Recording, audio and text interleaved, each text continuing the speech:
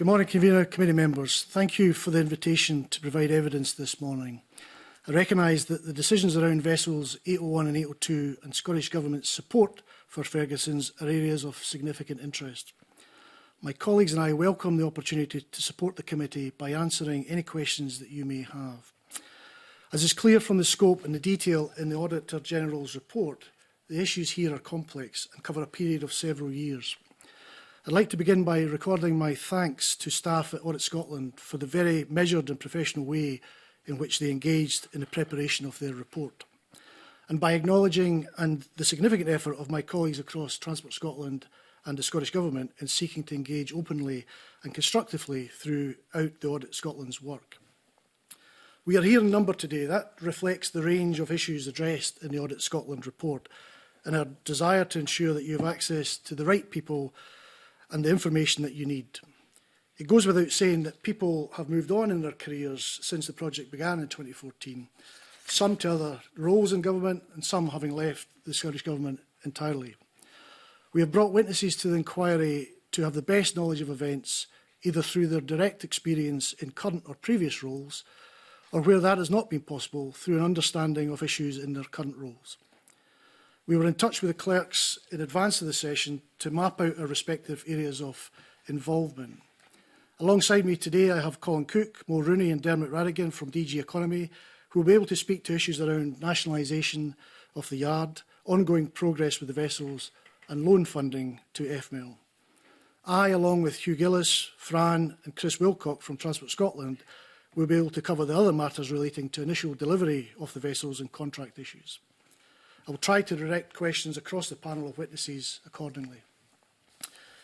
We have accepted all of the recommendations in the Audit Scotland report, and we do of course accept that the outcome in relation to vessels 801 and 802 is not that for which we had hoped at the point of contract award. We don't take that lightly. This is still a live project with much work to be done, but as ever we will endeavour to answer as many questions as we can to the best of our ability. Thank you, Convener. Thank you very much indeed, Mr Brannen. I want to begin by putting a question to you and to Hugh Gillis as well, but I'll take you first, Mr Brannen. I mean, you mentioned about current and previous roles. You've both held the post of Designated Accountable Officer for Transport Scotland. So can you outline to the committee what is required in this role? First of all, in providing formal advice to ministers, but secondly, recording decisions, particularly where significant concerns or significant risks are involved. Yeah, so I took up role as Accountable Officer of TS as CEO in November 2015. And it's fair to say, as an executive agency, there's a fairly well-defined structure of accountability within the agency. And SPFM and the Public Finance Act sets out what that responsibility is for an accountable officer. So first and foremost, signing the accounts for expenditure and income. Secondly, overseeing the regulatory and proprietary issues of the finance that's at your disposal. And then using the resources economically, efficiently and effectively as possible, and undertaking all the work of the agency. And the agency's work encompasses both policy, operations and delivery. So in respect of how we engage with ministers in that, ministers set strategic direction, the policy, the budget, and then the job of the CEO and the accountable officer is to set the governance structure and the arrangements internally within the organisation to deliver on ministers' wishes. And that's how we go about the business. So on issues of investment decisions, we have an investment decision committee chaired by the Chief Executive of TS. And that committee looks at the business cases for investments prior to that decision going forward to ministers. Now, in 2015, that IDM approach was principally concerned with major projects, so Queensferry Crossing, E9, M8, 73, 74. But one of the changes that have been made since the report has come out is that all ferry infrastructure now, port harbour infrastructure and ferries, also now go through that IDM approach. I'll pause there because that's quite a long answer. Okay, thanks. Hugh Gillis, do you want to add anything to that? Yeah, thank you, Chair. So I came into post of November last year and as Roy has set out there, I inherited the responsibilities for TS Accountable Officer, and all the responsibilities will go with that in terms of SPFM and the Civil Service Code.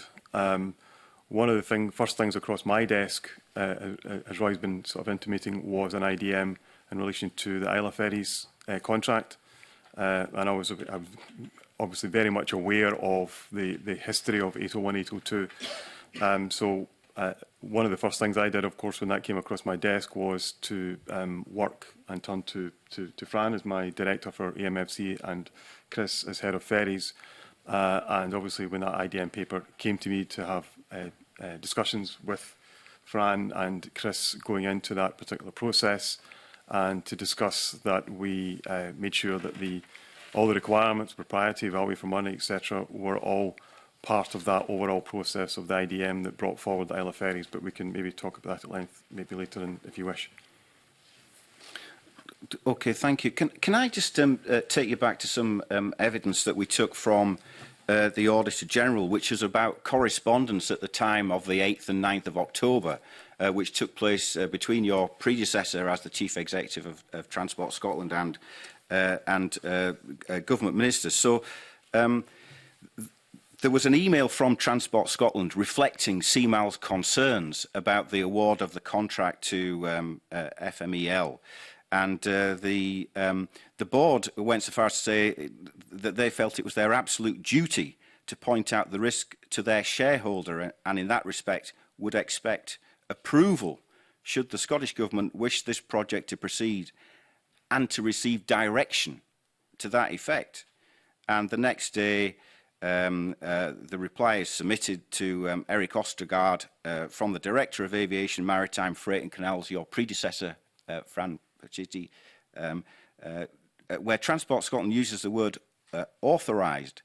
It says that they are authorised to enter into the contracts and any associated documentations. And at the bottom of that letter it says, I can confirm that the Scottish ministers have considered and approved the contents of this letter. I mean, one of the issues that's at stake here is about whether written authority from ministers was sought, was secured but not recorded, or whether it doesn't constitute that at all. I wonder whether, Mr Brannen, first of all, whether you can address that point. So I've reviewed the correspondence that's come forward, and from what I can see is that the Director of Aviation, Maritime, Ferries and Canals at that point has presented all the evidence, all the risks, all the consideration to ministers in seeking ministers' approval to allow Cmal to award the contract. What I don't know, and I know that you've written out to Mr Middleton to seek his view, is what consideration he had as the AO on whether or not any written authority was required. Now, having looked at it and referring back to those earlier points I made on the SPFM, the last part on the SPFM talks around if you are asked to do something that is not in the normal circumstances related to the proper performance of the duties above, then you should seek written authority. And I think in this case there was no need to do that. And as the Auditor General said in his report, there was no authority sought and no direction given. Okay, but in light of the view of Cmal, which also reports directly to the ministerial team, why do you not think that what they were asking for was written authority? So I think the first part of that sentence was that they were looking for approval to award the contract. I don't know whether the language they used was specific. It could have been clearer, but they were certainly looking for approval from ministers to award the contract. And in the normal course of events, that would be the case. So if we were investing in a major project, then once it had passed their IDM processes, we would be seeking ministerial approval to continue on with whatever the next stage of that process would be. And who would they be seeking ministerial approval from? So that would be well, depending on the issue in hand. So if it's a transport project, then that would be the Minister for Transport. So if it's entirely within their portfolio, and that was the decision entirely for the Minister, then that would be for the Minister. If it's a wider issue, i.e. bringing ScotRail into public ownership, then that might be something that is considered much wider than a single minister, because it's got a wider Scotland approach. But so when you say it's entirely for the minister, then the Cabinet Secretary for Finance doesn't have a role in that? No, so the Cabinet Secretary for Finance would agree the budget, which he did, and he doesn't have a role in signing off on the decision to sign off on Cmal awarding the contract rested with the Minister for Transport at the time. And that wouldn't, for example, go to a cabinet meeting, for example? No, not necessarily. There's no necessity, depending on scale or influence, for a particular issue to go forward to cabinet. If it can be dealt with by a ministerial portfolio issue, then it's dealt with by the minister. And as I say, the example I can give where a decision was taken at cabinet would have been ScotRail into public ownership, because of the gravity, the size of that decision, and the need for cabinet secretaries to be aware of that. But ferry contract, given all that we were procuring at that time, bearing in mind we had probably over £2–3 billion worth of work underway with Queensferry Crossing, M8, 7374, Aberdeen West of Peripheral, ferries contract would have been entirely a decision for the Minister for Transport. Even though the First Minister had been to the yard to announce that the contract had been awarded before the negotiations had been concluded? So the contractor was awarded. It was announced as a preferred bidder. It wasn't awarded as the successful contractor, and I think that's an important distinction. So there is a period of time beyond preferred bidder announcement to actual contract signing, and the contract was signed in, I think it was middle of October in the end. So when the First Minister stands up in Parliament and says that in the end she's responsible, she wasn't involved in this decision, is that what you're saying? Correct. So the decision, as the paper trail demonstrates, was taken directly by the information provided by the director at the time, up to the Transport Minister. Transport Minister considered it and responded accordingly. The First Minister, I think, in Parliament has said that they have collective responsibility for all decisions, and that's correct. So if the decision is taken by the Minister for Transport, then collectively everybody then is locked into that.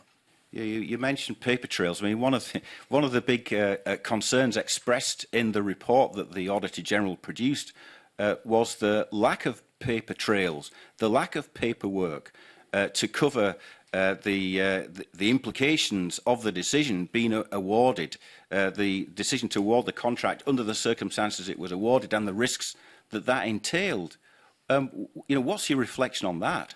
So it was regrettable that we couldn't identify that exchange back. It was covered, obviously, in the exchange that Mr Nichols put back to Cmal, but actually with a bit further investigation by Fran and their records team, it did turn up, and that just confirmed that the Minister had indeed made that decision, had considered the evidence in front of him, had made the decision and responded accordingly. There are over 210 documents publicly available and have been since 2015. Those documents cover a wide range of exchanges with CABSECs, ministers, on various issues as we went through the whole process of trying to get these vessels into the water and into communities' hands. So I accept that on this occasion, this one bit of paper was not easy to find, but we did find it. Our focus is on record keeping more generally going forward, and I know JP has written, the PERMSEC has written recently to the Finance and Public Administration Committee on the new strategy that we have in place to improve on our records management. Sorry, Mr Brannen, but and I'll come to the recent correspondence between the Permanent Secretary and the Finance and Public Administration Committee of this Parliament. But you just said there that the piece of paper had been found. I mean, that's not the view of Audit Scotland, is it?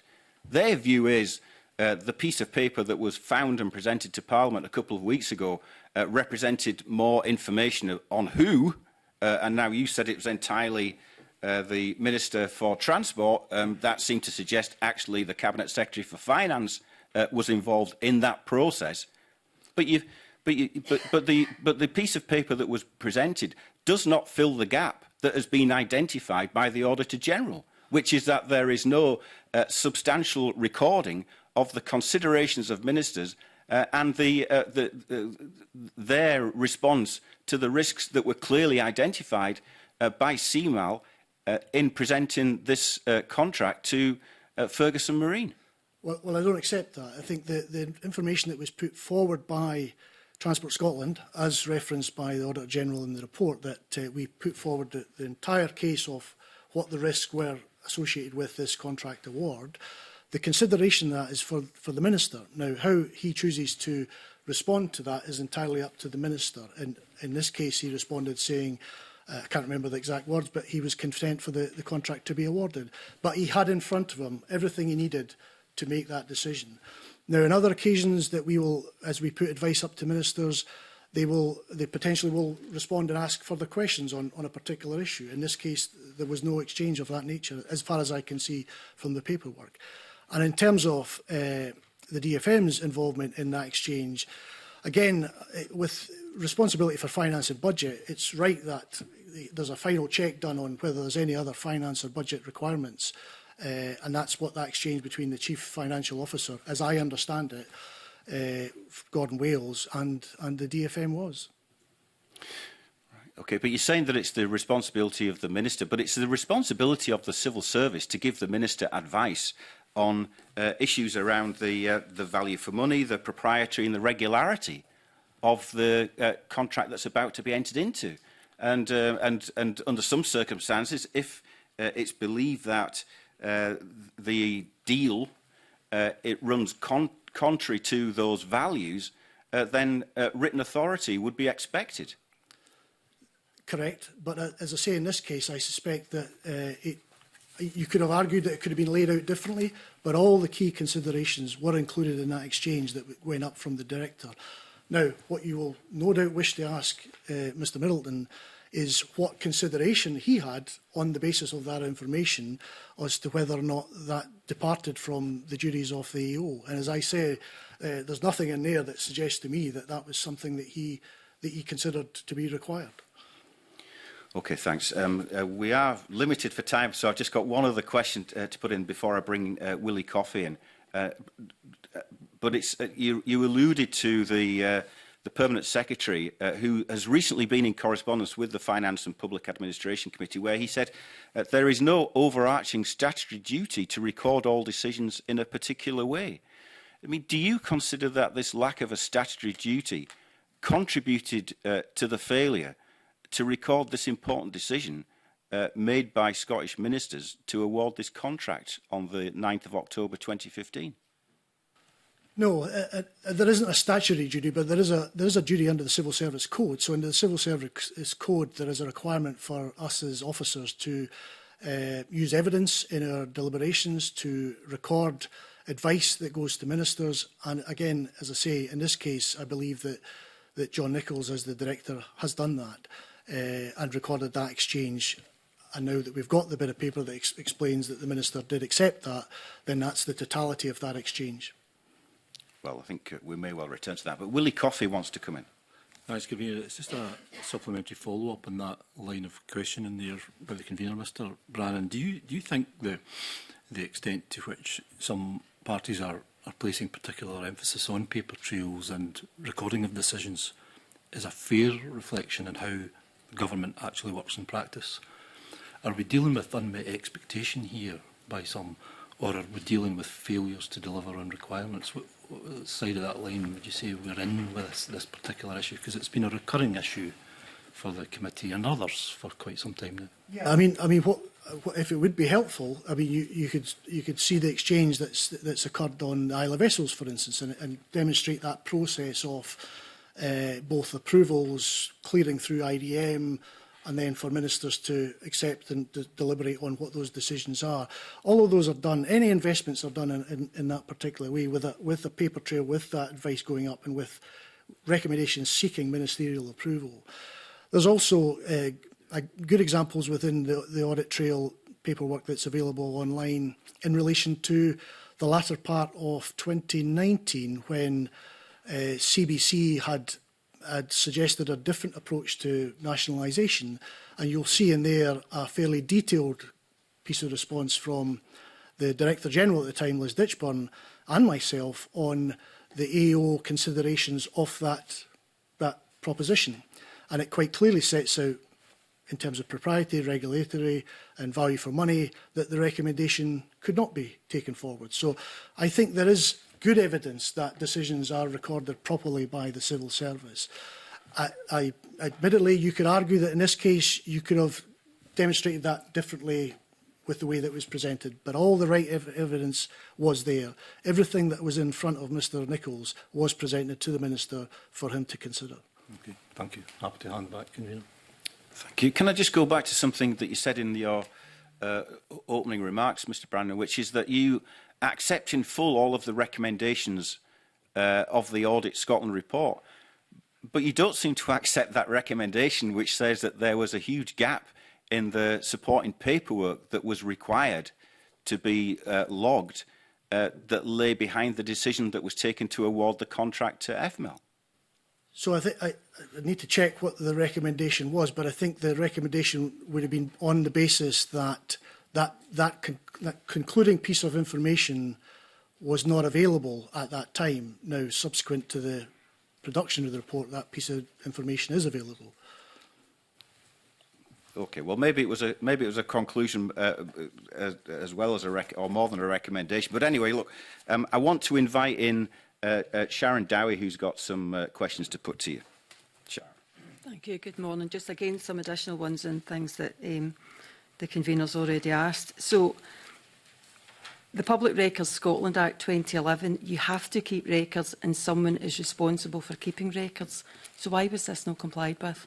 Because this seems to be the biggest issue we've got, is the fact that we don't have enough records to show decisions that were made. Well, as I say, repeating myself, that the record is there and is kept and is public. Right. In the evidence session that we had with the Auditor General for Scotland, he confirmed that in the absence of formal written authority under the terms of the Scottish Public Finance Manual in Scotland, if an accountable officer does not request such written authority, the accountability for the decision rests with the accountable officer. So why would the accountable officer not have obtained this, and why would it not have been stored safely? Due to the number of issues that have been raised throughout. So if I come back to what I said originally in terms of SPFM and the Public Finance Act, so the consideration for an AO is on those 3 points of signing accounts for expenditure and income, for the proprietary and regulatory issues around finance, and for the efficient, effective and economic use of finance. The next part of that says that if the accountable officer is asked to do something that he considers would not be in the normal performance of those duties above, then he should seek written authority. And all I can say is that the accountable officer at the time, Mr Middleton, must have had that consideration. So it's entirely appropriate for individual accountable officers to make that consideration whether or not to seek a written authority. And in this case, no written authority was sought or given, as the Auditor General has reported in his report. Can I ask how long Mr Middleton was in the role for? So he left at the end of October and I took up post in the beginning of November. And I think David was in post longer than me, heading towards 7 years, I suspect. So I was 6 years. I think he was still the longest serving CEO of TS. Experienced in his role then? Yes. So was there a reason? Was it another job he left for? What was the reason for him leaving so soon after the contract was signed? So he was moving on to become Chief Exec of Historic Environment Scotland at the time, and then subsequently to that he retired. He's off that age. So he moved on to another correct government position. Right, okay. So just talking about the accountabilities, some of the ones are ensures risks are managed effectively, make sure procurement guidelines are met, seek written authority from ministers if any action is inconsistent with proper performance of the accountable officer's functions. And I know one of the comments you made earlier was that the job is to deliver on ministers' wishes.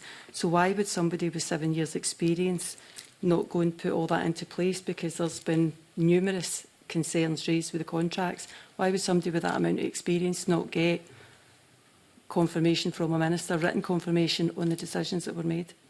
Well, again, I think they did. I mean, John put forward, the Director of Aviation put forward all the considerations in relation to the contract award and sought ministerial approval on the back of that. That's the paperwork that I've got in front of me. So I'm reviewing the same paperwork as the committee has. I haven't spoken to John or to Mr Middleton. I know that you have written to both, or at least one, to get written evidence. But I'm not sure I can add anything further to that. I just find it hard to believe that he's not got that. In the letter dated 20th of August 2015 to the Cabinet Secretary for Infrastructure Investment in Cities, various issues are raised.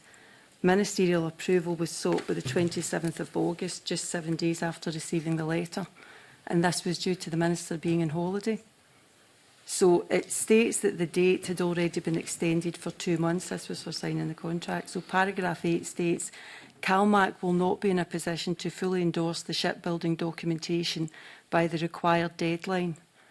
Further efforts will be undertaken during the detailed design of the vessel by FML to address any outstanding points, and it also highlights issues concerning the access of the vessels to various ports they may serve, requirement for modifications at some ports.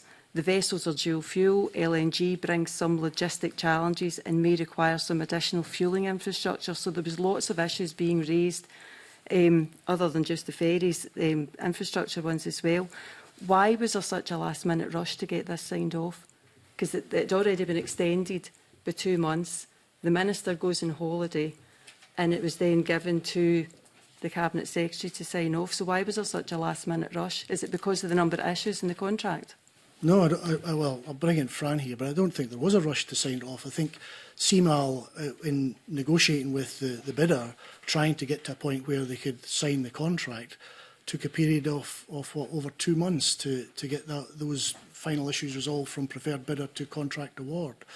I don't think that's a rush procedure in terms of Cmal as the procuring authority, bearing in mind that Transport Scotland don't have a role in the contract. This is between Cmal as the buyer and FML as the builder.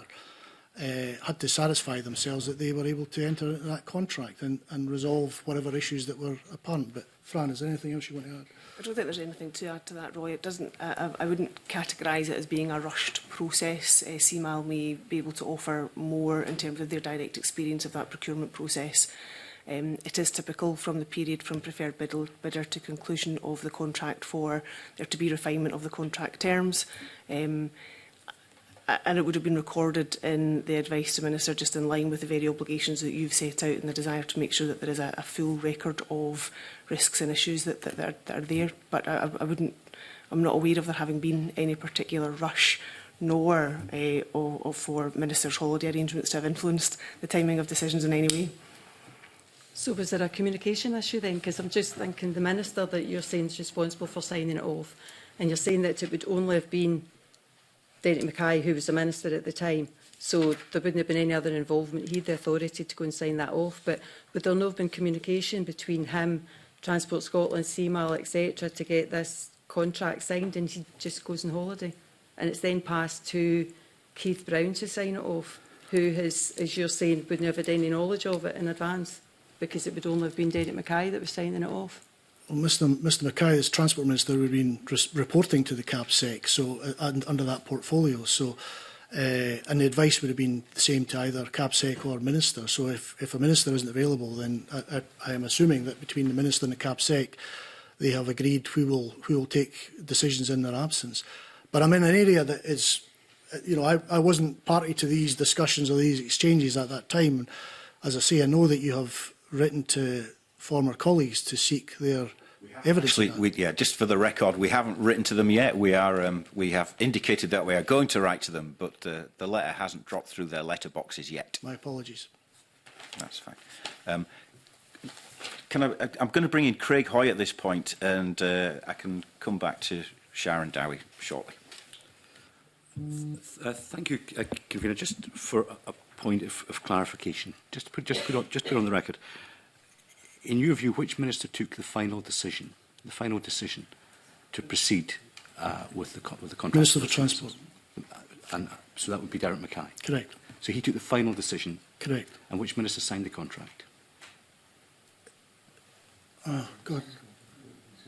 Yeah, sorry. The procuring authority was between Cmal and as the buyer and FML as the builder. So no minister signs the contract. No minister signed the contract. So Cmal, that had significant concerns that they raised them with ministers, then signs the contract. So was Cmal overruled, or were their views ignored?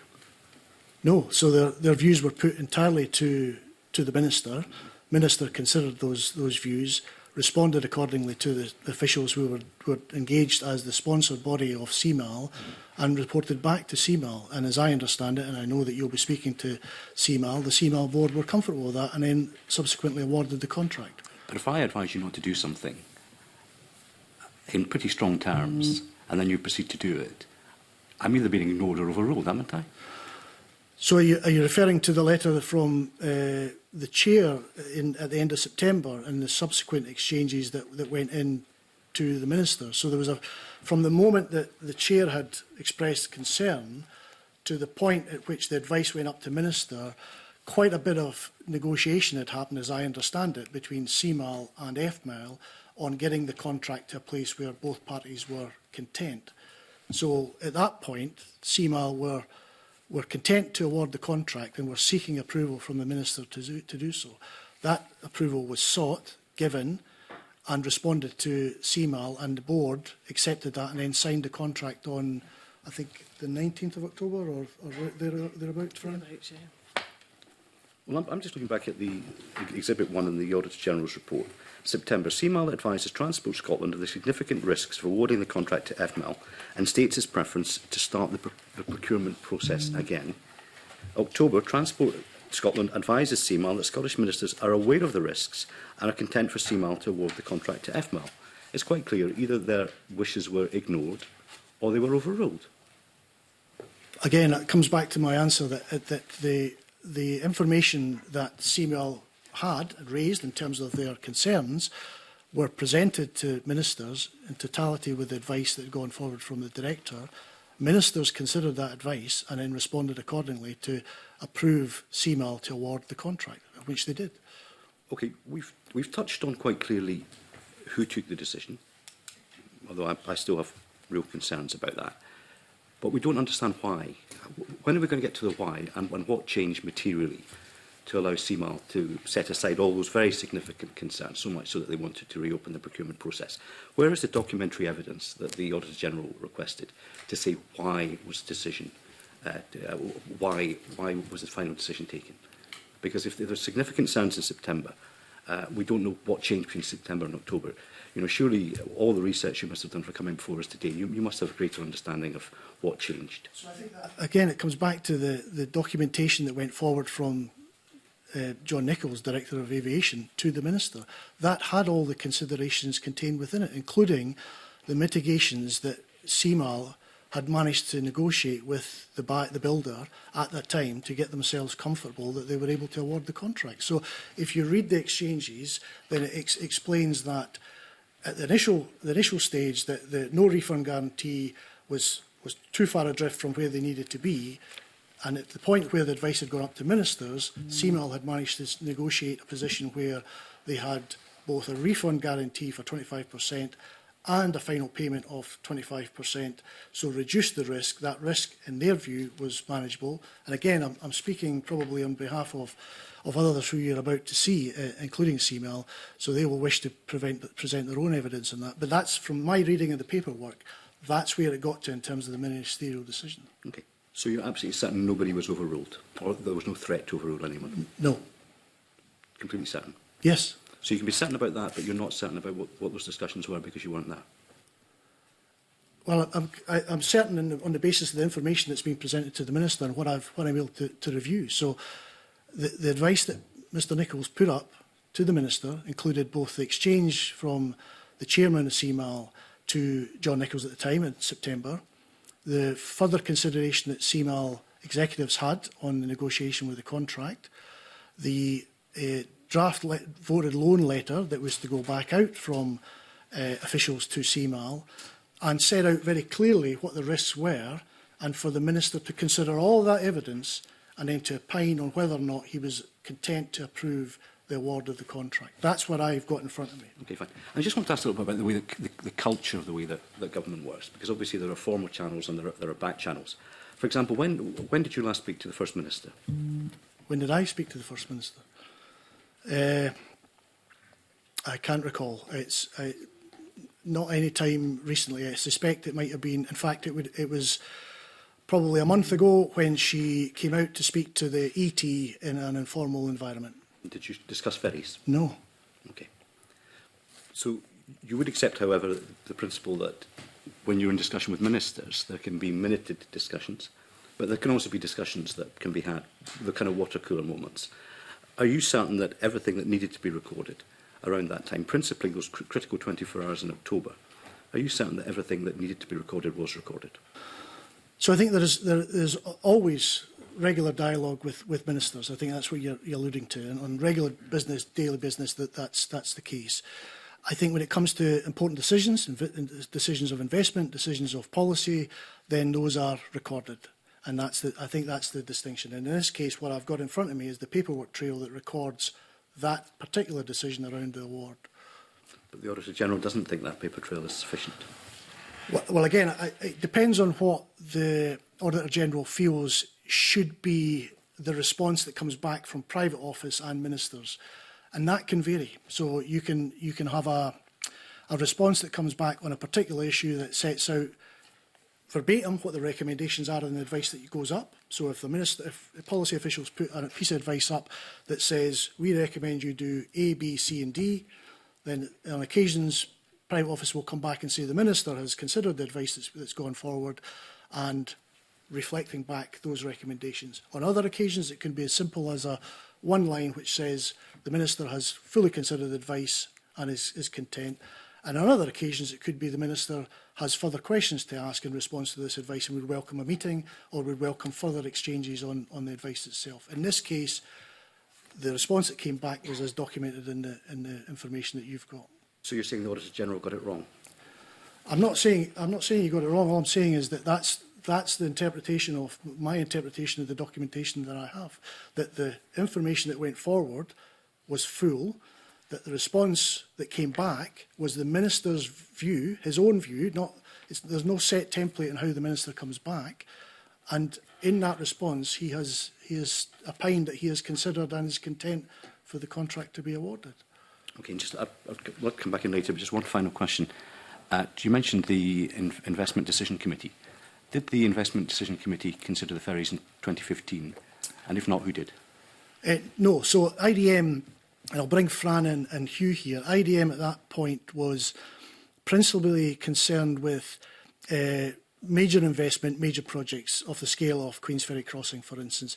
It didn't look at port infrastructure or vessels or other investment across TS. That subsequently changed, and you know, as we move forward, those big decisions, small amounts of money, but still unique in their nature, comes forward through the IDM process. So formal business cases, different stages, gateway reviews, and then cleared by the IDM challenge session. And at that point, the advice would go forward to Minister to say, we've concluded the IDM, we have the business case, we have the gateway review findings, and our recommendation is to do A, B or C. But Fran or Hugh? So the Investment Decision Making Board of Transport Scotland is a piece of governance within the agency which is designed to support the Chief Executive in his role as accountable officer. And it is designed to be a challenge function before any significant decisions are taken, so at strategic business case stage or subsequent stages in a project. And it supplements the gateway review processes and other assurance and governance arrangements that you would expect to see in place. Vessels 801 and 802 were not taken to the Investment Decision Board. I can't speak to the reasons for that at that time. The threshold and the range of projects which come forward to Investment Decision Board has changed over time as that governance has evolved and continues to evolve. But I have found it beneficial in my period in post to take significant projects to IDM to benefit from that challenge and to assist with the assurance process and in supporting the Chief Executive in their AO function. And if I may, obviously it's my responsibility now to chair these IDMs, and as Fran has said, I'm very much of the view when I have run them, and to be fair, when Roy was Chief Exec, he did the same, So obviously, when it comes to that, it's very much for the directors of Transport Scotland. They get the papers in advance. They're expected to read them thoroughly. If need be, we get our project team to come in and they'll do a presentation on it. And then we will, I will open up the discussion and invite every director to offer comment. And we will reach a view. Sometimes we will send the project team away because we're not satisfied with the responses we've had to some of the challenges. So it's certainly not a tick box exercise, I can assure you of that. It can be quite uncomfortable for some directors, and they get quite heated and disappointed when they're sent away. But the serious point is that the challenge function is there, and rightly so, because my responsibility, obviously, under the SPFM and the Civil Service Code is very much at the heart of that. Just a final question, Mr Brannen. You said you were aware that we'd written out to future potential witnesses, but you said you hadn't spoken to Mr Middleton. So how were you aware that we'd written out if you haven't spoken to anybody? I think it was through the clerk that suggested that. In fact, it was social media that you tweeted out that you were going to seek evidence from Mr Middleton and other employees. So that's where I saw it. Okay. I'm going to now bring Willie Coffey in because he's been itching to come in. Thanks again, Convener. Again, it's a supplementary follow-up to my colleague Craig Hoy.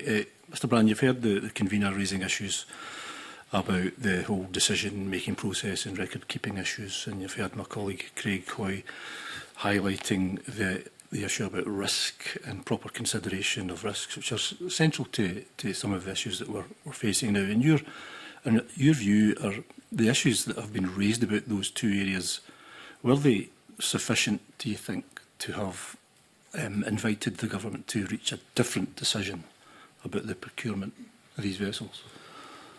So I think the singular piece of evidence to rely on there, at least to consider, is the written advice from Cmal executive to Mr Nichols, and then subsequently Mr Nichols up to the Minister, where it talks about the management of that risk in terms of the refund guarantee changing and the mitigations put in place and what the residual risk was. And again, I don't have the bit of paperwork in front of me, but it talks about, I think, from recollection, there was a medium level of risk remaining, if you like, with the delivery of the vessels. That it then goes on to explain a number of scenarios that may or may not happen, i.e. if there is insolvency, then the title of all the different parts, etc., has now been secured on behalf of the buyer. So it lays out what the level of risk that was in Cmal's mind remaining at that point, having negotiated a different set of outcomes with the builder. Mm-hmm. And had the government not proceeded with the procurement of vessels, what would the impact have been? What would be the outcome? So at that time, if the procurement had not gone forward, then it would have been a retendering exercise and start from scratch. And obviously at that time, a delay to the introduction of those vessels into service and the impact on communities on that. Okay. Thanks again. Back to you again, Convener. Thank you. Thank you. Before I bring in Colin Beattie, I just want to go back to something that Fran Pacitti said, which I thought was an extremely important point, which is about the role of challenge in making decisions. Because in the end, this was £97 million of public money, and we now know it's ended up being considerably more than that. And so the role of challenge for those decisions, it seems to me, is absolutely primary.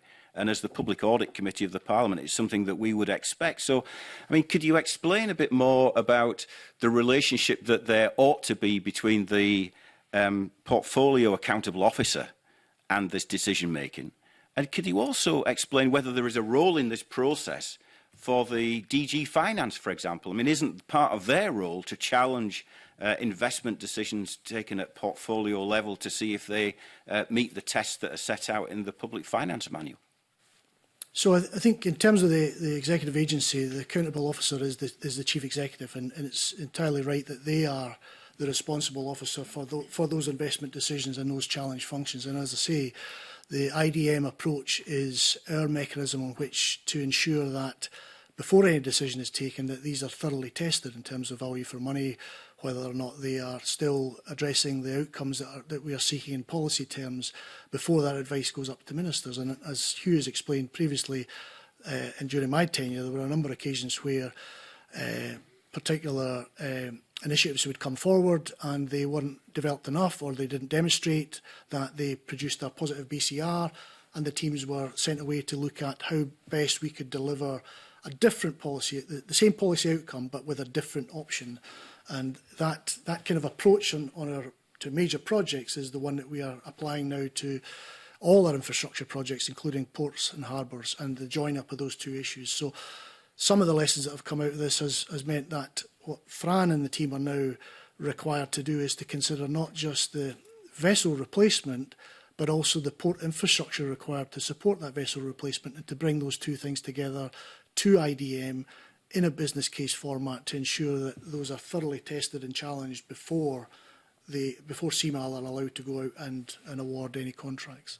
But again, for the avoidance of doubt, I think Fran Pachetti said earlier on that didn't happen with the case of ferries, vessels 801 and 802. Correct. So back in 15, and I guess I suspect it was probably as a result of how IDM was focused in at that time, it was principally relating to our major projects. So the 1.35 billion Queensferry Crossing, Aberdeen West Peripheral, large-scale investment decisions, substantive decisions, and smaller amounts of investment did not flow through that process. Unique projects flew through that process. So if it was a unique IT project, for instance, then that would have been expected to come through the IDM process. But that subsequently changed to include a much wider range of investment. So, I'm not sure I got a question on an answer to my question about the challenge and the role of the Director General Finance. But when I'm looking at the Transport Scotland framework document published in 2012, so the one that was applicable at the time of the award of these contracts, it does say quite clearly in there that that one of the roles of the portfolio accountable officer within the DG is to challenge. I mean, Roy Brennan, you're now in the role of being the DG in the relevant department, albeit it's changed its name, and formerly you were the Chief Executive of Transport Scotland, the agency. I mean, don't you see that there should have been a role, or was there a role of challenge by the DG accountable officer? Well, as I say, I can't recollect entirely, but I don't think the DG had much of a role in terms of challenge of what the investment decisions were at that point. Those were direct between the CEO and ministers.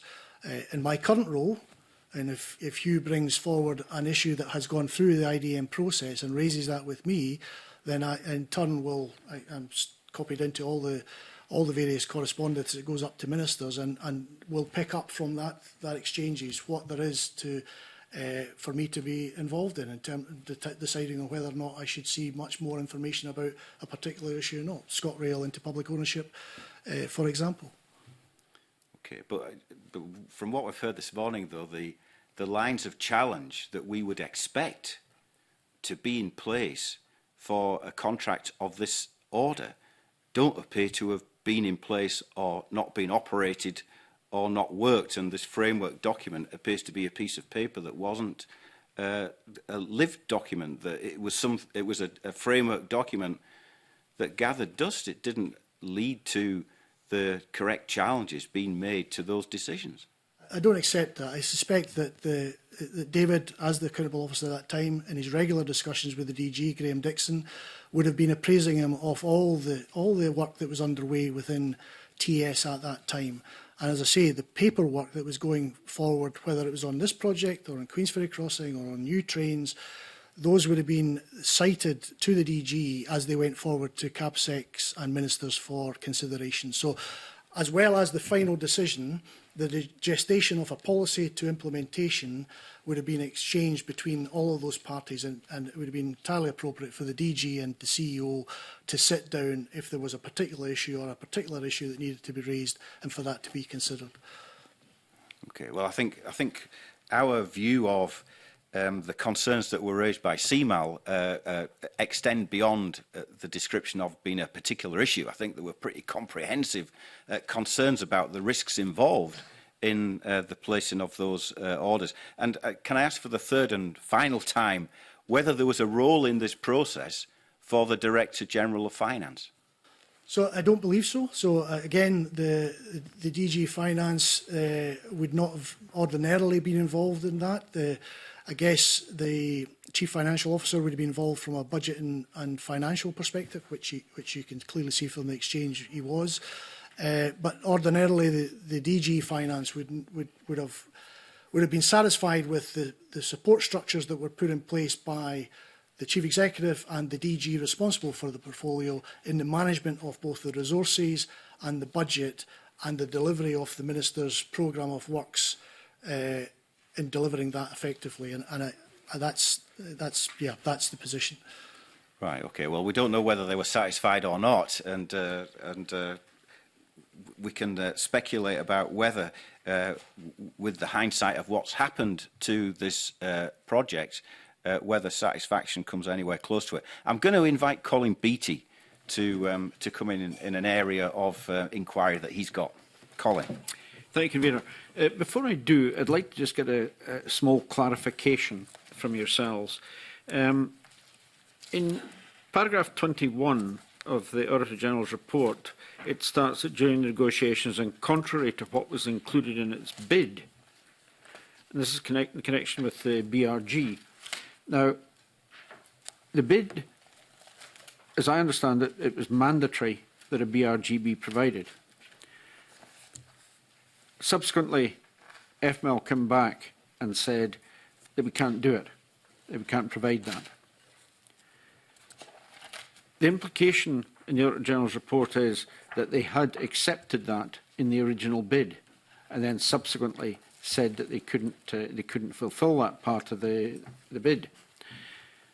Elsewhere, there's reference to the fact that when FML completed their bid, they were silent on the subject of the BRG, so there was an assumption that they had accepted that.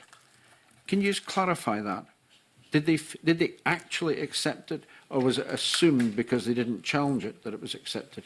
I'll bring Fran in here, and again, you might want to check this in terms of the evidence session that you have with Cmal, but my understanding was that they raised no issues as part of the tender process in relation to any of those issues, including BRG, and in that respect, they submitted their tender accordingly. So anybody that does that is by its nature accepting the terms and conditions of the tender as described in the ITT. But Fran? I think that's correct. So at the point of submitting bids, all parties who had been invited to tender were invited to comment upon the terms and conditions that were set out in the standard BIMCO contract, which was clear around the requirement for guarantees. And Ferguson's, as I understand, didn't raise any comment in relation to that. And in line with standard procurement process, it was then assumed that they had accepted that by failure to have raised it at that point. Is that in line with other bids? Is it the same approach? It's not Yes. something different? No. No. So there was every reason to believe at that point that FML were going to... So and I would defer to Cmal on the specific terms of the invitation to tender, but it is my understanding, and it's common practice in a procurement, that you would invite comments and your silence is taken as tacit acceptance, and I think that that's reflected in the Auditor General's report. Okay, thanks for that clarification. I'd like to turn to something else than chasing pieces of paper. I'd like to chase the money. There's an awful lot of money gone into FML, and I'll go through it in a little bit more detail in a second, but they received over 128 million in public money. What attempts have been made to identify what that money was spent on? I mean, when the company was nationalised, there was only, what, 8 million or something in total assets within that company, and yet substantial loans and substantial payments had been made, tens of millions. What attempts were made to find out if that money had been spent appropriately? So I'll bring Dermot in here in terms of the loans and the tracking of where that money was being invested.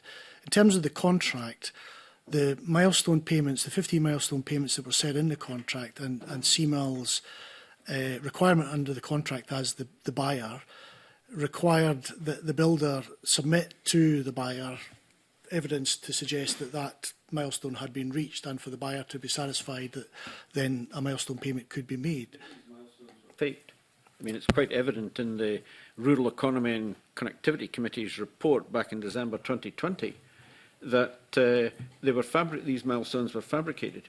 And there's further reference saying that this is not unusual in the industry.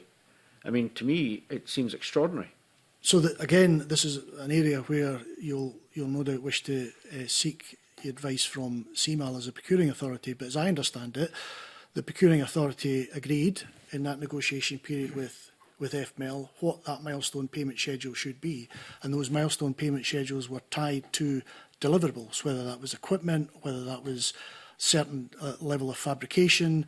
Now, I accept that within the Audit General's report there is a definition which says, well, but what was that level of fabrication? And I guess that's the area where Cmal have worked hard now to try and tighten up on what those milestones should be and how you tie them to quality in future contracts.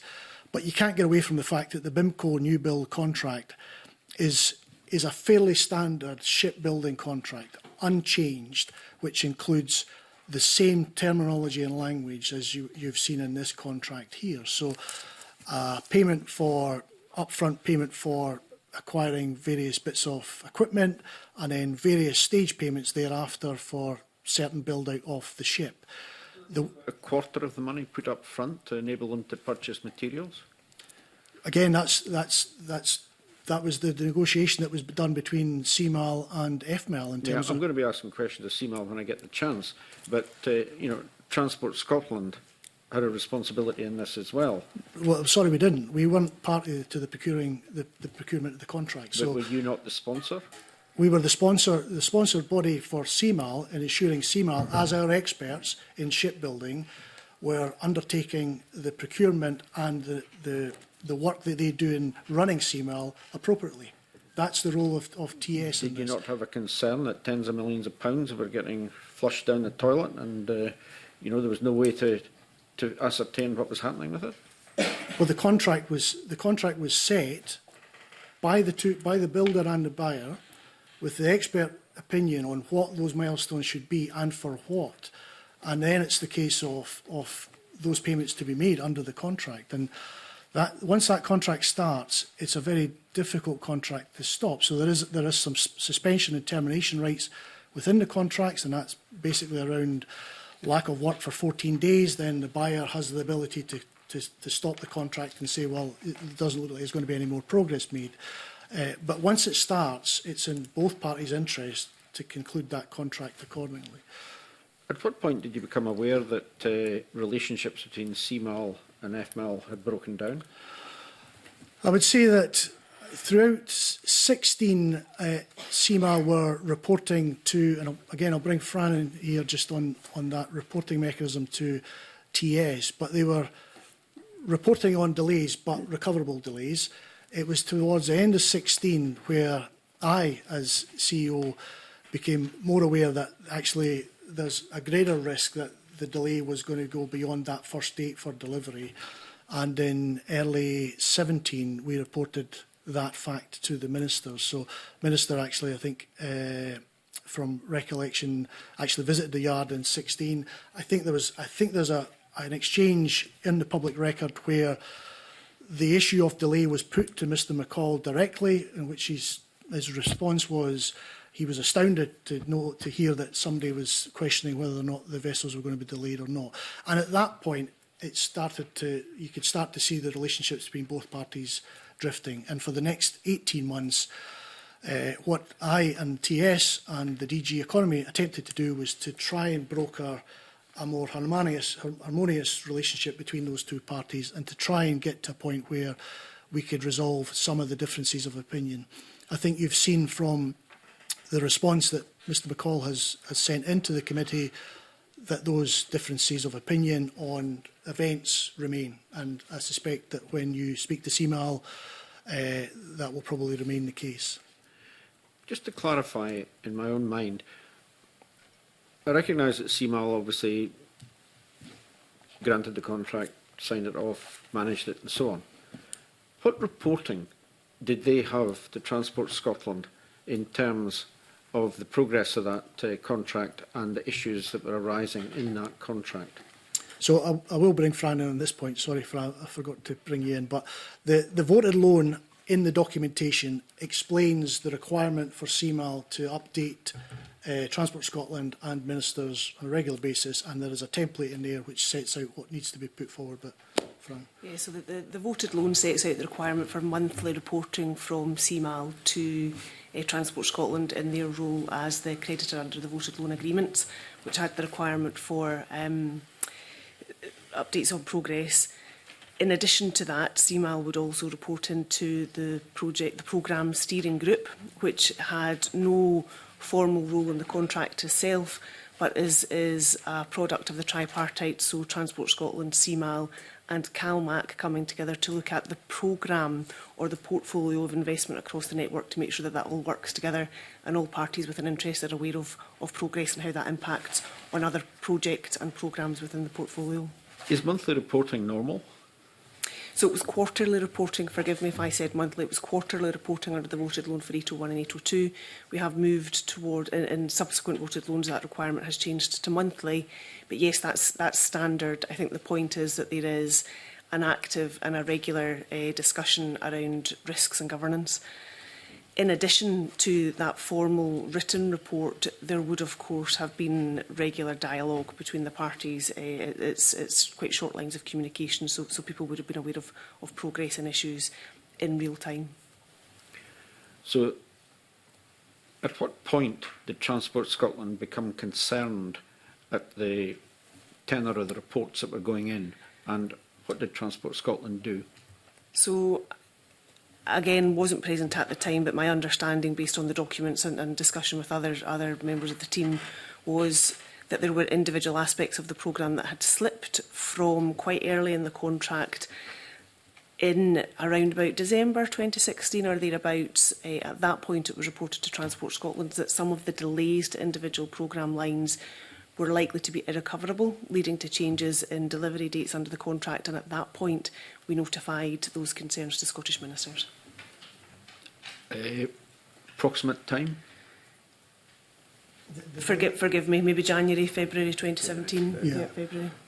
Okay. So within the contract there is an allowance for allowable delays, so an acceptance that there will be potential overruns, and that allowable delays, I think at December 16, Cmal were reporting that in their view, so this was again, the Yard's view was entirely different. Cmal's view, as their professional experts, were looking at this and going, well, we can't see how this first boat could be delivered to the original date plus the allowable allowance for delay. So I think at that point that would have been, so get this right, May 17 would have moved to August 17, so the 3 months.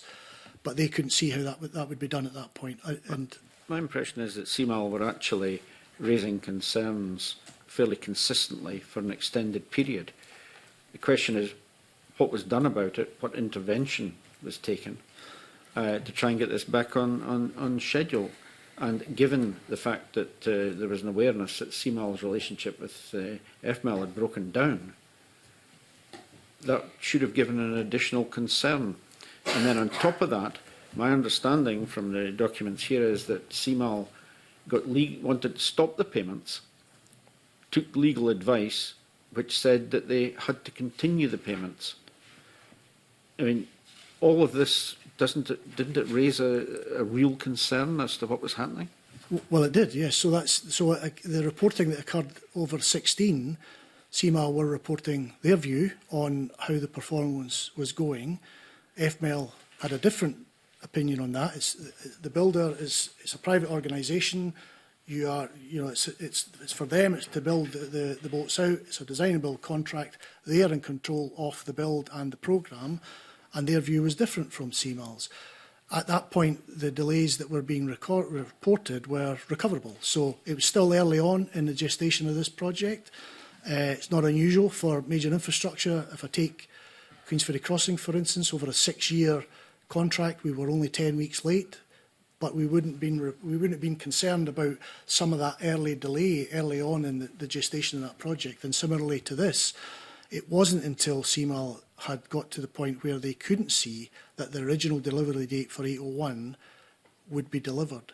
Now, I have to say, Cmal worked incredibly hard throughout the whole process to try and resolve and work together in a constructive way to make this contractor a success. So nobody wants a failed supplier. Everybody wants the outcome good on both sides of the buyer and the builder.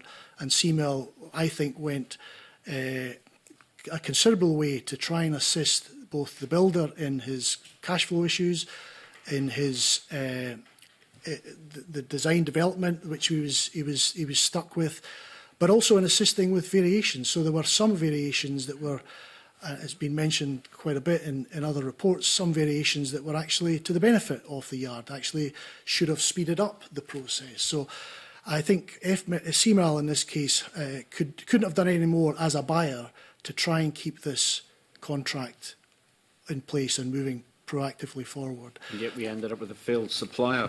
Just on a slightly different angle on the money. Obviously, a good chunk of the money that was paid out, they got most of the value of the vessels actually paid out to them.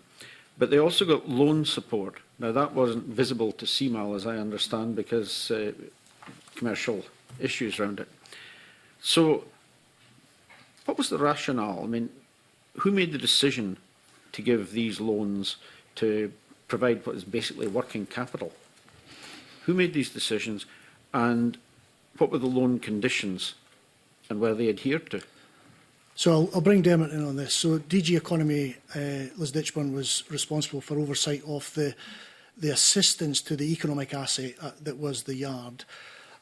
It became clear in 17 that the contract had exhausted any further potential to assist in the yard, and I put a piece of advice up, accountable officer advice up, that kind of laid that out to say that actually Cmal's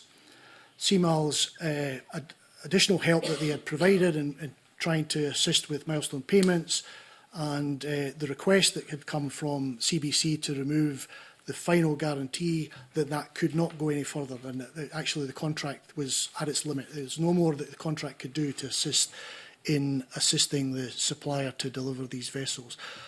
That then moved it out of the territory of the contract into, well, the yard as an economic asset needs support, and that's where Dermot and the team and Liz looked into the loan issues. So those two issues, it was important to keep those two issues separately. And if I could just come back to something that you mentioned just at the end here about supplier failure, I think that is an area where it got touched on in the REC committee, and it got touched again on the Audit Scotland report. But what I've seen through both the programme turnaround work, the work that Tim Hare did, the assessment of work that's still required now on 801, there is a fundamental issue there around the builder understanding the simple terms of the contract, which was a 100-metre boat to go 16.5 knots to carry 1,000 people, and for that to be delivered for a price of 97 million. And how they went about that, that's an issue that I think is probably one that, well, you'll no doubt wish to ask Cmal questions around that. But, Dermot, sorry, you're sitting there. You asked about the purpose of the loan and who signed it off. So Roy has covered in terms of putting up the advice. It came from DG Economy initially on the first loan, and then from the Director of Economic Development, Colin Cook's predecessor, on the second loan. And the loans were approved by the Cabinet Secretary, Mr Mackay. The purpose of the loan, as Roy said, there's two types of contracts. So there's a contract for the build, that's a procurement. The loans are not a procurement, they were an investment into the business. So the purpose was purchase of shares, stock, or was it? No, initially it was debt. So we reviewed the business case of the business, and essentially when the business are taking on debt, we wanted to understand whether the business, through its business plan, would be able to repay that debt and the government would earn a commercial return. Did CBC put any money into this? CBC had initially capitalised the business, so we... How much was that? The figure that I've heard CBC talk about was around £25 million. That was, I think, understood their initial capitalisation of the business. And then, as we negotiated the second loan, under the terms of the second loan, CBC were due to put in £8.5 million into the business. Did they do so? No, they didn't. They didn't put in the 8.5. What they did in the end is they put in £3 million worth of money, and that went in as debt rather than as equity, which was our original agreement. So, actually, the terms of the loan were not fulfilled by the supplier? The loan, the terms of the second loan, CBC defaulted on the second loan, the business defaulted, so they didn't. In October 2018, when the business, FML, had drawn down £17 million from the loan facility, second loan facility, at that point there was an obligation on the business and its shareholder to put in £1.7 million to subscribe capital, up to £1.7 million of new equity. They defaulted on that condition, and at that point, drawdown of the remainder of the second loan was suspended until we renegotiated with CBC, and ultimately they put in £3 million, not as equity but as debt, and we agreed that, but that debt was to rank behind the Scottish Government's debt. I mean, we're talking about loans here, but was there ever a prospect that were going to be repaid? I mean, here we had a business which was clearly suffering from lack of liquidity and needed all sorts of concessions on its contract in order to get payments to keep it ticking over. And yet, we're giving them loans. I mean, on what rational financial basis was that done? So we studied the business plan of the business. For the second loan particularly, we were looking at a long-term plan, you know, over the next 10 years. What was clear, and the business were clear about it, was they did not anticipate making any margin at all on contracts 801, 802. So essentially, by taking on the debt, the debt from the government, they were essentially foregoing future profits that would come back to the government. Now, these profits were to be earned on subsequent contracts. Now, at that time, the business was bidding for quite a lot of work. They did win some work in that period. They won work on an air cushioned barge, and they won some work, 2 vessels, Involusa vessels, and they had some other fabrication work. But essentially, the loans weren't going to be paid back from the completion of 801, 802. They were going to be paid back over the subsequent period, over future years, as the business won more work. So the risk for the business and for the directors taking on that loan was to be sure that they could pay those debts as they fell due. And the risk for the government was that we had to believe in the business plan and believe that the loans could be paid back. And we, did you believe in it? Well, we sought advice from PwC. They reviewed the business plan for us, and they said there was a prospect of us getting a return on that money. That obviously has not proven to be the case. Some of the money we've been able to recover, some of the debt via the money that was offset against the loan for buying the business, and an amount of money too that's come back via the administration. Now, PwC must have given a written opinion. Is it possible to see that? Yes. So the report that we had from PwC, I think, would be dated May 2018.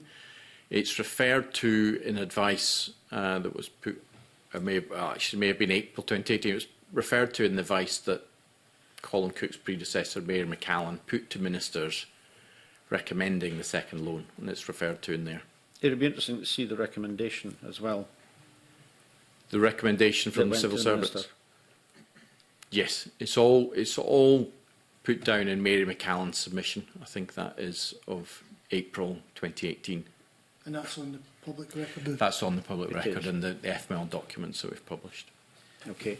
Colin, The- I'm conscious of the time, Okay. and we've got two members of the committee that I'm keen to bring in before we finish up.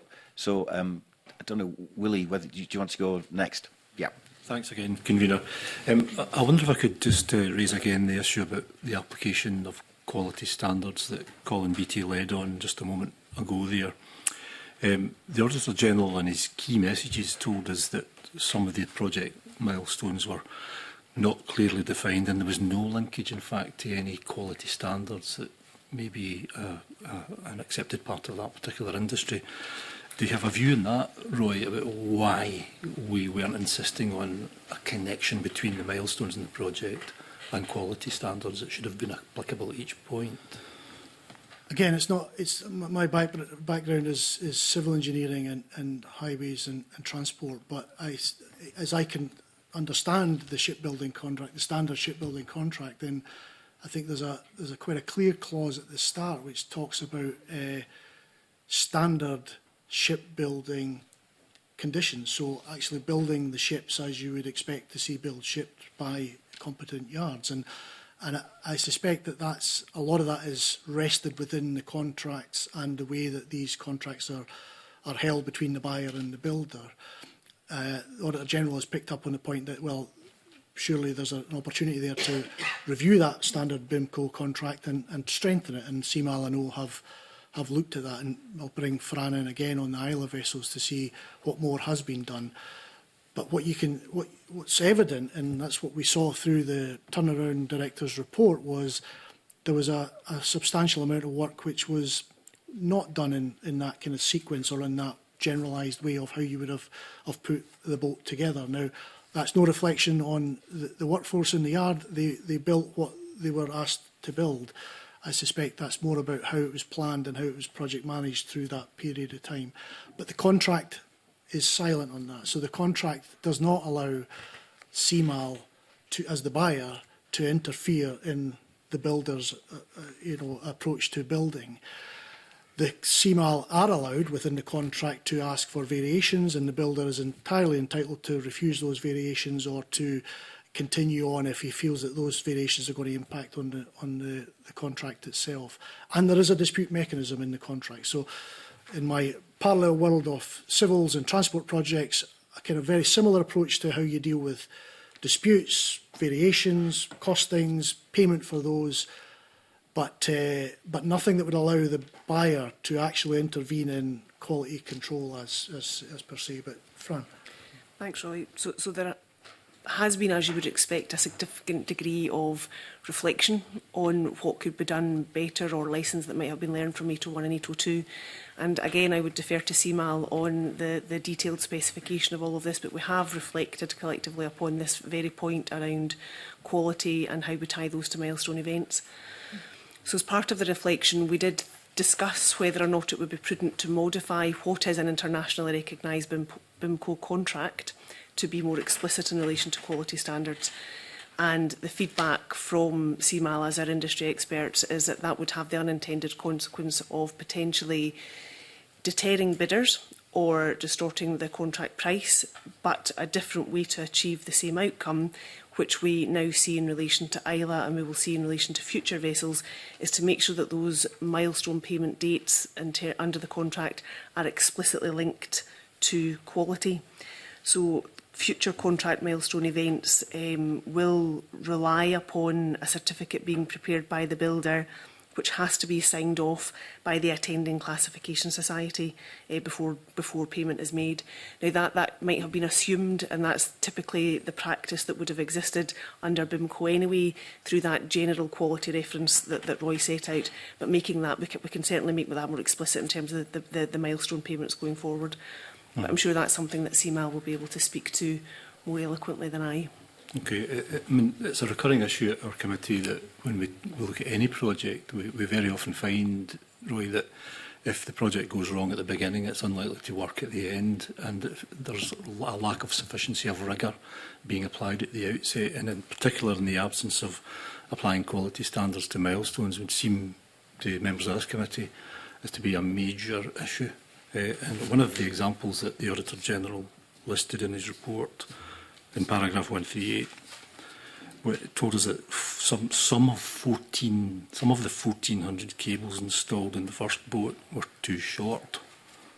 And it's just amazing to members of the committee and perhaps to the public as to how that wasn't discovered. And in fact, it wasn't reported to the Parliament until the turnaround director was involved, and that was 2022.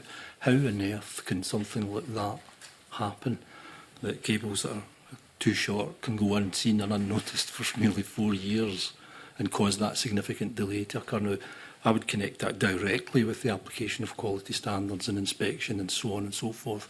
Why was that missing in this case, do we think? So again, it's commenting more generally on states of different types of contract, but this BIMCO new build contract is a design and build contract. So once the tenderer takes the concept design or the outline design, he then signs a contract. He then owns that design. So his responsibility is to produce the outcomes that are set in the front page of the contract, and it's entirely up to him how he does that and how he goes about that.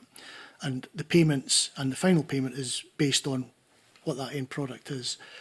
There isn't an allowance for Cmal, if I'm correct in saying this, to actually judge how he goes about that as he delivers the final product, because it's a complete design and build system.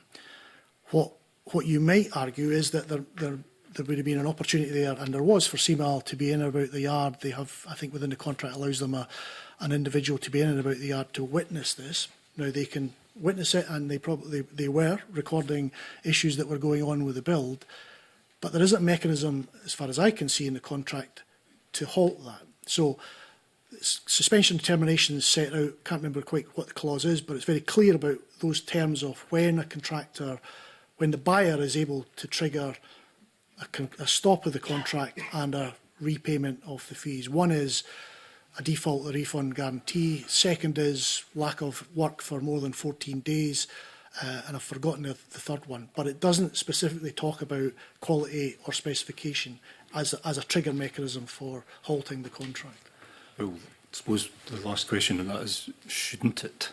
I mean, it surely must be a ridiculous position to not be able to challenge the fact that cables are too short on a boat, and for that to remain in position for 4 years until somebody else comes on the scene, the turnaround director, to identify that. Surely that must be something that we're looking at. I'm aware that the observation reports were a mechanism, Roy, to raise and highlight issues. Those are essentially change requests in the quality world, and they may or may not have been carried out by the builder, but surely to goodness that whole area needs to be strengthened. So the ORRs, you're absolutely right, the ORRs are the mechanism by which the buyer is able to identify those issues that they are unhappy with, and they need to be rectified before the boats would be taken into ownership. So that was fully documented. Cmal were religious with identifying what those ORRs are, and asking that the builder corrected those before the boats would have been handed over. So none of those issues would have materialised in the final boats if it had gotten as far as that. But that's the mechanism. Whether the BIMCO contract needs to change to deal with this more explicitly, again, that's maybe a question that is for our shipbuilding experts of Cmal that you speak to Kevin and others around. Mm-hmm. Is it accepted, this whole point that the Auditor General made, is that accepted by all parties that these cables were too short, or is there some dispute about that? I would maybe defer to Mo on what the Yard's current position is in relation to those cables, but I think certainly Cmal had understood and had identified that the cables were too short, so I think it's accepted. But again, others will... Even by the builder? They accepted that the cables were too short. So forgive me, I don't know whether it's accepted by former management FMail when it's understood the cables were put in, but it's certainly, to my understanding, accepted by the current management team at the Yard. Can we bring Mo Rooney in at this point, please? Mo. Yes, thank you. So we don't know what happened with the cables in the first instance. They were installed prior to Ferguson's coming into public ownership. As we understand it, it is standard practice that when these cables are fitted, they are left with a bit of excess. They were fitted by reputable contractors, so it was assumed that these coils that were rolled up, that they included the length of cable that was required. So this issue wasn't discovered until an inspection in January, or understand sort of tail end of December, when these were unrolled and measured, and it was at that point that that issue was discovered. So we don't know how that's come about, but as I say, they were installed by reputable contractors and there were assumptions made on that basis. Okay, we can probably further investigate that in the next session. Convener, thanks very much. Back to you. Yep, thanks very much indeed, Willie. We've only got a couple of minutes left, and we've got a large. There are large areas of the report, for example, on nationalisation, the lead up to nationalisation, and so on. And Colin Cook's been noticeably silent today, so it may be that we will require a further session just to complete the evidence gathering that we'd like to get through. But I'm going to conclude today's proceedings by inviting Sharon Dowie to ask any outstanding questions that she's got. Sharon. Hi, thanks. Just a wee question on the Eric Ostergaard email that was sent on the 26th of September. He makes it quite clear that the contract should not go ahead, and in your evidence that you've given today, you're referring to Cmal as the experts in shipbuilding. So why would their recommendations have been ignored? So again, I'll come back to I guess the timeline of that. So Eric had at that point reflected where things were with the negotiations, as I understand it, but the time that the advice had got to ministers, those negotiations had moved on sufficiently enough that Cmal executive and the board were content with what they had managed to negotiate with the builder at that time. So that's, again, coming back to some of the previous evidence, that seems to be where the gestation of the movement from where it was to where it got to before the advice went to minister. But Fran, anything else you want to add? No, I think that's a fair summary. So at the point of that note that you referenced, the board had been clear that they felt the risks were unacceptable. That was followed by a period of negotiation where mitigation was put in place, the mitigation in relation to alternative forms of guarantee, and also modifications to the voted loan that provides Cmal with greater assurance. Those risks got to a position where the board ultimately concluded that they were content with the risks remained, but the risks at that stage were acceptable and they were content to proceed. And it was on that basis that Transport Scotland officials put advice to ministers on the 8th of October. That advice ultimately was accepted. Can I ask if there was a meeting held between everybody like Cmal, Transport Scotland, the ministers? Did they all come together in a meeting to discuss all the issues that they had? Not that I can see from the paperwork. So the paperwork is in front of us, but again, not that I'm aware of. My expectation would be that had there been a meeting engaging ministers at which decisions were taken, that would have been minuted. I haven't seen any evidence of that. I expect, and I think I understand from the exchanges, there would have, of course, have been regular dialogue between Cmal and Ferguson's. Transport Scotland wouldn't have been privy to that, but there was regular engagement between Transport Scotland and Cmal, and ultimately the output of that is all recorded in the submission of the 8th of October. So even though all the issues have been handed to the ministers, then they've not actually had an in-person meeting to discuss it with the experts in shipbuilding. Right. Just going on to the email for October 2015, the 8th. An email sent to Dennis Mackay and Keith Brown. The senders redacted along with a list of other people who were also copied in the correspondence. But it states that the DFM approved the financial implications of the contract award prior to the announcement by the FM on the 31st of August. The FML was the preferred bidder. It goes on to say still that it's clear the board of Cmal are still concerned, and at the end it asks for the minister's confirmation that he's aware of the issues and is content to give approval to proceed, and also asks if the minister wanted to speak to a representative of the Cmal board. So would it be fair to say that it's the Deputy First Minister that was made fully aware of the financial implications prior to the announcement by the First Minister, so he's the one that's authorised the contract to go ahead? no. So as it come back to the evidence previously, the DFM's role was in making sure that the finance was available to continue forward with the procurement. But with the financial implications of it, well, to me it looks as if the ministers haven't been happy with the financial implications, so they've then handed it over to the Deputy First Minister to give authorisation. Well, I don't have that bit of paper in front of me, but I don't see that's the reading of it. I think, as I said, that DFM's role in this was to ensure that the finance and the budget was available for the procurement to continue on. So one of the issues is that is the authorising environment, i.e. is the money available to take forward this project? That's quite rightly an issue for the DFM as the budget, the Cabinet Secretary for Finance, was the budget available? The decision on whether to proceed with the procurement is the Minister's. Right. And again, at the end of this letter, are you aware if the meeting was requested with Cmal and if it took place? We've found no evidence that there was a meeting that took place between Ministers and Cmal. No. Okay, thank you. Okay, well, thank you. I mean, I guess my only final question, Roy Brannen, to you is just to ask if, was it in your gift to advise ministers to terminate the contract? And if it was that something that crossed your mind to do? So it wasn't within my gift, it was within Cmal's gift as the party to the procurement. And apologies if I keep restating this, but Transport Scotland were not a party to the contract. So buyer, Cmal, builder, FML, within the terms of the contract, it is entirely right that Cmal could have triggered a termination or a suspension of the contract. And I think I've mentioned a couple of times now what those conditions were. If there was no work undertaken in the yard for more than 14 days, then Cmal could have triggered a cancellation of the contract and requested all their money back. So I think another important thing here, that within the contract clauses, even though you had a refund guarantee, partial refund guarantee, the contract clauses still require the contractor to repay if there is a suspension or termination. That would have just meant that the yard would have had to find the money to pay back the buyer, Cmal, and probably in that space then the yard would in insolvency a much earlier process. So it wasn't an area that was considered. It was one of the options that was looked at by PwC in the 29 recommendations that or 29 options that they put forward.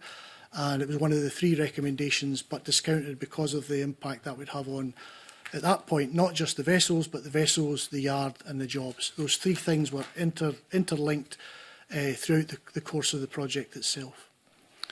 But you kind of recused Transport Scotland from that, but you, as the accountable officer, gave advice in, I think it was April 2017, the end of April 2017, which is amongst those 200-odd documents that are now in the public domain, where you said that if flexibility on the surety bond was going to be introduced, then you would require written authority for that. Correct. And so I was pretty clear in that advice that there was no more flex within the contract. The contract, Cmal had gone as far as they possibly could, and I couldn't see how they could do anything more than that.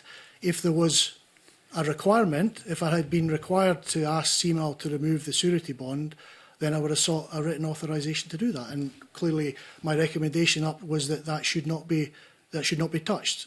And there was no issue with that at all. Ministers didn't ask me to do anything more with that. They accepted the recommendation. What I also go to say in that piece of advice was that I expected that there would need to be some other intervention or assistance to make sure that this was going to be a successful outcome. So I think at that point I was pretty clear that the contract had gone as far as it possibly could. But your recommendation was, or what happened was, at that stage, a reprofiling of the, as you called it, or an acceleration, as many others would call it, of the payments to FML. So Cmal had put forward the proposal to bring forward some of the payment for additional milestones, strictly controlled by Cmal, title taken by Cmal on them, and clearance processes in place to make sure that money was apportioned to the title of whatever it was, parts, manufacturing, that were coming through the business. So there was no new cash into the business from the contract, same contract value, just the reprofiling. And in actual fact, Cmal controlled that very well, because there was a couple of items that had come forward from the yard for work that was not connected with those milestones, and they were refused by Cmal. So my position on that approach to ministers was Cmal proposing that this was something they could do to again assist the builder to continue on to deliver the outcomes successfully for these vessels. And my view was, as the EO, is that proportionate? Is it manageable? Is it balance the risk? And out of all of those issues that had come forward, the only ones that I hand on heart say that would assist at that point with the reprofiling. The surety guarantee could not be touched. But as part of that arrangement, that new arrangement, wasn't there a commitment given to Cmal that they would be compensated? Their budget would be increased to accommodate that change in the profiling of the payments? There's no new money, so the voted loan, the totality of the voted loan was exactly the same. So it brought forward what would have been in the final payment into an earlier part of the budget year. But that was only a reprofiling of the totality of the voted loan. There was no new money into the system. And just finally on this point, because this has been brought up, I think, in the Audit Scotland report, which is around the fact that there were 15 intervals of payment rather than typically 5. Again, can you just, for the record, tell us the reasons for that? So that's a question you need to put to Cmal. I mean, that's a normal practice is between buyer and builder. They agree what the milestone payment should be based on what the builder will expect to have in place by either engines or equipment, or when he anticipates he will need a kind of flow of cash to allow that to be successfully built. Ships are expensive, they cost a lot of money, and they have a lot of upfront costs, so it's entirely right that the builder and the buyer agree what that milestone schedule is. And in this case, they agreed on 15 payments. Okay. I mean, I think one of the things I've drawn from today is that there seems to be a lot of responsibility and accountability placed at the level of the builder and the buyer, but the whole apparatus of accountability in the civil service doesn't seem to have been applied. To the point of the award, and once it becomes a contract, the contract, and this is in all other cases. So, but it's gone from £97 million to 2.5 times that much. Indeed. So the contract, the failure of the contract is something that has been part of that process. So contracts that I direct control over, Scottish ministers direct control over contracts like Queen's Ferry Crossing, for instance, we would be acting in exactly the same way as Cmal on those issues. So if Queen's Ferry Crossing, for instance, was 10 weeks late on a 6-year contract, which is those issues, those delays, I would have been dealing with as the buyer and the builder, Queen's Ferry Crossing Contractor Consortium. We'd have been in those discussions about how to make sure we maintain progress on the contract. Civil service doesn't have a role in contracts that have TS or SG, have a role in the contracts that are procured by our agency, Cmal, and private organisations, directly in the contract. We have oversight of the sponsored body, and that's entirely appropriate to make sure that the sponsored body does not act inappropriately, so that they are not making payments that are not linked to progress or are not linked to the contract itself. Mr Brannen, on that note, which is where we may pick things up again in the future, can I thank you very much indeed for your time and the evidence that you've given us this morning, and can I thank all the members of the team that joined you, including Mo Rooney, who gave a contribution towards the end. As I said, we've got whole areas of the report which we think are important for us to interrogate, and that's one of the reasons why Mr Cook wasn't called this morning. But I'm sure that we will get back in touch, Mr Brannen, to see if we can arrange a follow-up session, because I think there have been lots of important issues raised this morning, but some of the ground that we need to cover we haven't quite got to. But can I thank you once again for your time, and I now close the